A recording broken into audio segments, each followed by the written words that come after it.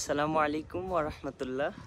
After a long time, it's almost 1.5 বছর পর আমি আমার পেজে অন ক্যামেরায় এসেছি আমাদের পিহুকে নিয়ে। পিহু আমার দিকে তাকায় আছে। তো আপনারা অনেকেই পেজে আমাকে ইনঅ্যাক্টিভ পান, সো অনেকেই কোয়েশ্চেন করেন সবসময়, সরি পিহু গরম লাগতেছে, গরম লাগতেছে।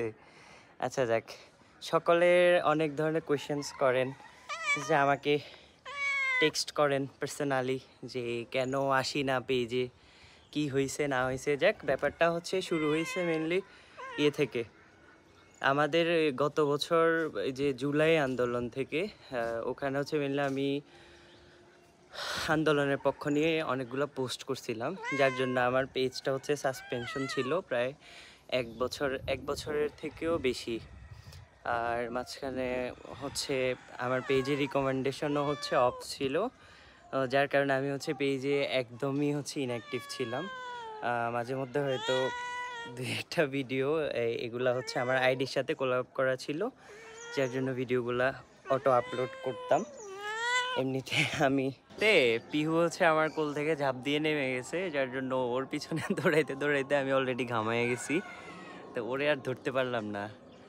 যার জন্য আমি বাকি কথা একাই বলে দিচ্ছি। সেটা ইনশাল্লাহ এখন থেকে আমি ট্রাই করব আমার পেজে আবারও অ্যাক্টিভ হওয়ার, সবার সাথে আবার হয়তো কমিউনিকেশন হবে ইনশাল্লাহ। সবাই দোয়ায় রাখবেন আমাকে। আর মানে মেইনলি আমি আরেকবার সামারাইজ করি ব্যাপারটা যে জুলাই তো গত বছর জুলাইয়ে আমি সরাসরি আন্দোলন করেছিলাম, এবং আন্দোলনের পক্ষ নিয়ে আমার পেজ থেকে অনেকগুলা পোস্ট করছিলাম। তো ওই পোস্টগুলা মেইনলি সমস্যা হয়েছিল আর কি, তখন আমার পেজটাকে সাসপেন্ড করে দিছিল। তো এর মাঝখান দিয়ে আবার আমার বাবা মারা গেছে, তো আমার বাবাকে আল্লাহ কবুল করে নিছেন।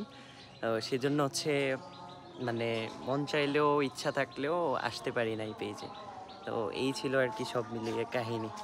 এখন থেকে ইনশাল্লাহ ট্রাই করব একটু রেগুলার থাকার, পেজে সকলের সাথে একটা কমিউনিকেশনে থাকার।